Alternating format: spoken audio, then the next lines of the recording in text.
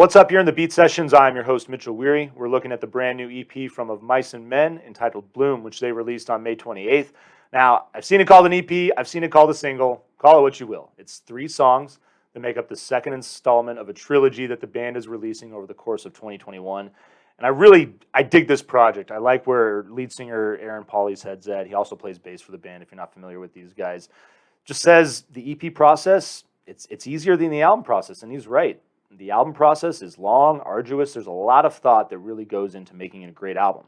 It's not to say that there wasn't any thought put into these records, but I feel like what happens oftentimes is bands, they write songs, they get into this process, and I don't know if these guys have an LP coming out, in the next year or two, what their plans are, but it's really easy to create music, find that it doesn't fit into a certain project, and you just kind of do your own thing with it. And so that's what's really cool about these songs. They're all solid, every single one of these. I mean, Bloom is definitely arguably the highlight on the EP, but I would say that Levy and Pulling Teeth are solid tracks as well. And really just, very new to this band. I've had a lot of people that have told me that, I should check them out because they are so melodic. And I love that about them. Also love the band's name. I'm a big John Steinbeck fan, admittedly. And so love that reference. Love Austin Carlisle, former vocalist, talking about, the idea of the band name. And he quotes the book, the line, "The well-laid plans of mice and men often falter." And it's really just a poignant statement, especially, sadly in light of Carlisle's, history with the band. And I don't mean to make light of that or poke fun at him about the irony of it, but, he's dealt with some stuff coming down the channels with sexual misconduct and sexual abuse in the last year, and so that's really unfortunate. But he's also struggled with health. It was the reason he left the band. He's had Marfan syndrome, I believe that's how you say that, which is issues with the connective tissues in your joints. So I imagine that's extremely painful. It's why he had to leave the band in 2016. He just couldn't handle the physical nature of touring. So it's again, like I don't point it out because I think it's funny or ironic. I think that it's one of my favorite lines because it's so true to life. You can wake up any day and something unexpected will happen that will completely change the trajectory of your life.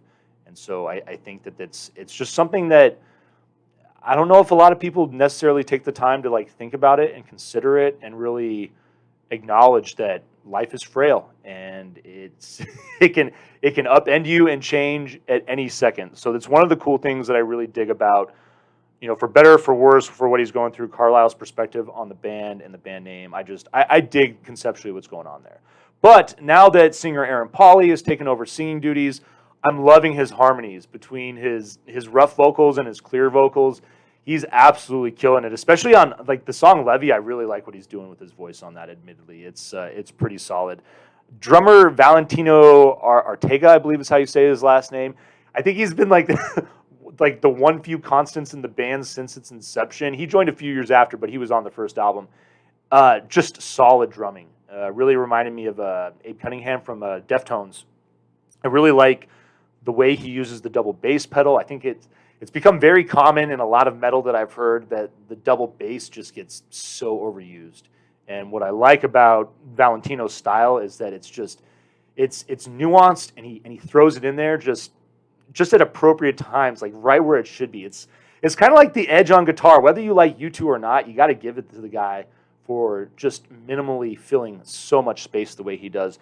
And so I'm digging Valentino's drumming on this record. It's probably my favorite thing about this project. But I'm gonna please this. Again, this is my type of metal. It's super melodic. There's a lot of different influences that drive their style, and you can hear them on these 3 songs. I'm excited to go back and dig through their catalog and hear the different types of things that they're going with on different albums. Because from what I've read and from what I've been told, they are not shy about letting anything and everything influence them. Cool metal band. Going to give this a vinyl, please. Please like this video, subscribe to my channel, and check out the live show on Sunday nights. And we will see you next time on the Beat Sessions.